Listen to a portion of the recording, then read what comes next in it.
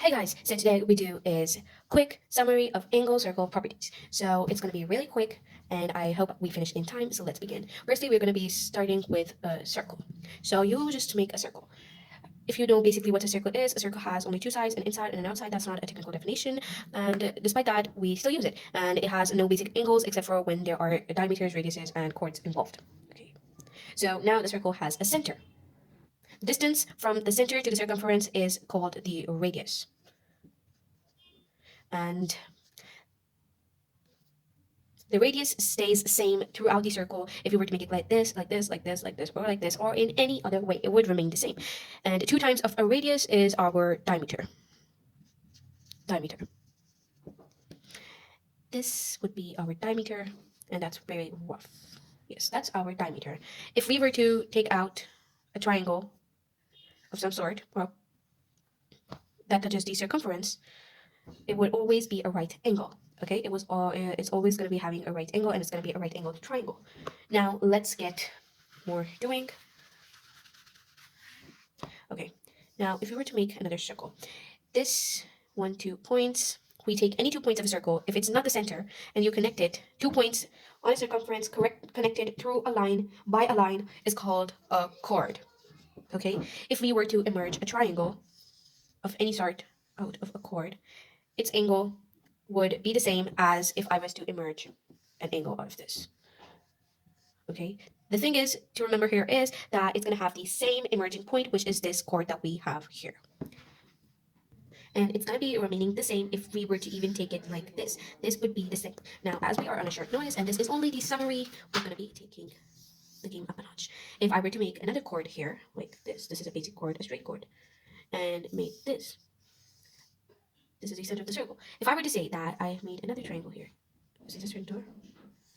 Here, another triangle here. This angle and this angle are not going to be the same. That's because that's not touching the circumference, and it's bound to touch the circumference if they were to be same, even if they're emerging from the same chord, okay? So no need to worry here. The thing is that this angle is going to be bigger than this angle over here. Basically, this is going to be half of this. So this angle, if it were 40, this is going to be 20. If this was 80, this is going to be 160. Okay, so let's move forward. If I were to draw another circle, and I made 2 parallel chords, parallel, and I intersected a line. If you know the z rule, this and this angle is going to be the same, and this angle is going to be the same. So same is going to be here. You identify the z over here, or the weirder z over here, and you make the angle ruling accordingly, like this. And for alternate angles, which is this, these angles are going to be the same, and these angles are going to be the same. So I hope that's clear. And it's only the summary, guys. If you want the bigger video for this, please let me know. Okay, now another. If I were to make a triangle from this chord over here, and made another angle from this chord over here, and derived another from this chord over here to the circumference of the circle, like the rule stated, blah blah blah. But the thing here is, this angle and this angle are not going to be the same. You might be wondering why. I just told you so. That if the chord lets you make a triangle to the circumference, it's going to be the same as the one another if I made it over here, over here.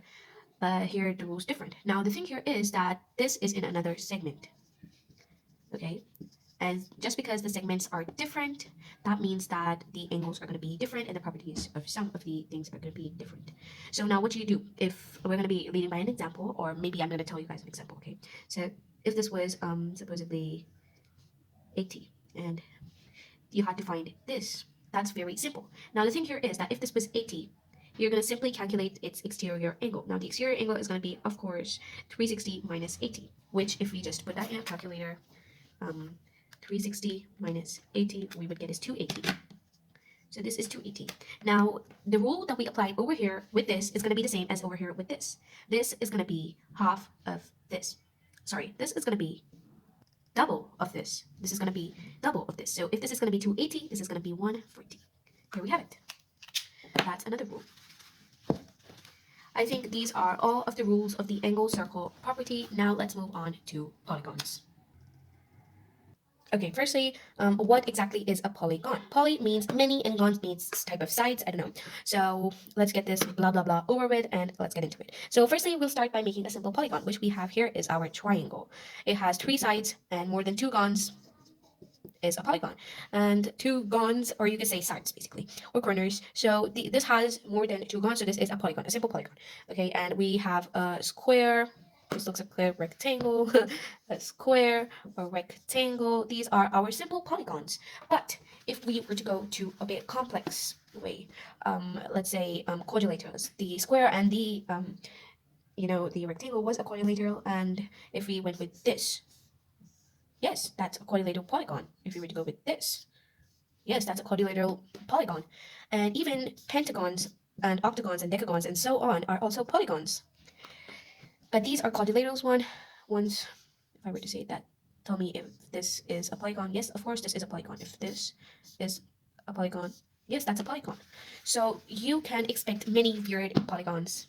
And yes. Okay, now what's a regular polygon? Okay, a regular polygon has all same interior angles. Sorry. Let's make a regular polygon. This is a square, which is a regular polygon. It has all 90s, and all sides or corners have the same angle. And here we have is 90 degrees. Same you could say for a rectangle, and you could say the same for a special type of triangle, which we call is the equilateral triangle or equilateral triangle. Just because this is a summary, I'm going to directly tell you guys the formula for calculating the sum of interior angles in a regular polygon or any sort of polygon. Okay, so for that is n minus 2 multiplied by 180. Now, how do we come across this formula? So this is basically the n equals to number of sides. You subtract this by 2 and multiply it by 180. That's how you get your sum of interior angles.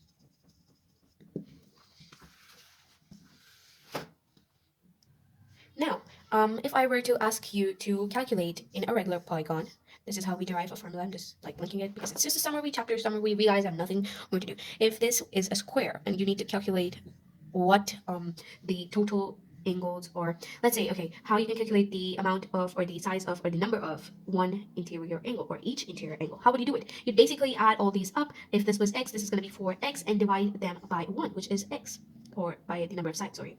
So which is 4. So what will you get? You would get x. So that's what I'm trying to say here, that this is how you calculate the size of each interior angle. But if I were to say that you have to do it mathematically and derive a way for it to be done to different types of regular polygons, because if I were to give you this, and this is a regular polygon, you do not know what's coming over here. How could you calculate the size of each interior angle this had? Basically, the formula for that is, just because this is a summary, once again, I'm tired of telling that to you guys as well, it's the sum of angles, which I just told you guys the formula for, and number of sides. Okay? This would equal to each interior angle size. Yes, that's basically it for the calculation of size of each interior angle of a polygon. Now, if I were to say, what's basically, if this was a square, assume this is a square, although this looks like a rhombus more. This is having all 90s. Now, how would you know that what is the sum of the exterior angle is going to be?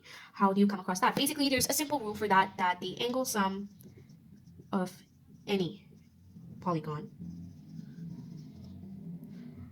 exterior angle sum, okay, this is exterior angle sum of any polygon, is going to be 360 degrees. Yes, so whenever you're solving anything, you have to consider all of these rules, and especially this one, that exterior angles are going to be always, the summation is always going to make a 360 degrees. So you guys have to remember all of these polygon rules and circle rules in order to solve all of your questions properly, because the examiner likes asking goofy questions related to this topic, because the rules are pretty simple and the questions are obviously going to be very difficult. So thank you guys. For watching, and I see you in another video very soon explaining other topics. So please press the subscribe button if you like this to support my further videos. Thanks. Bye.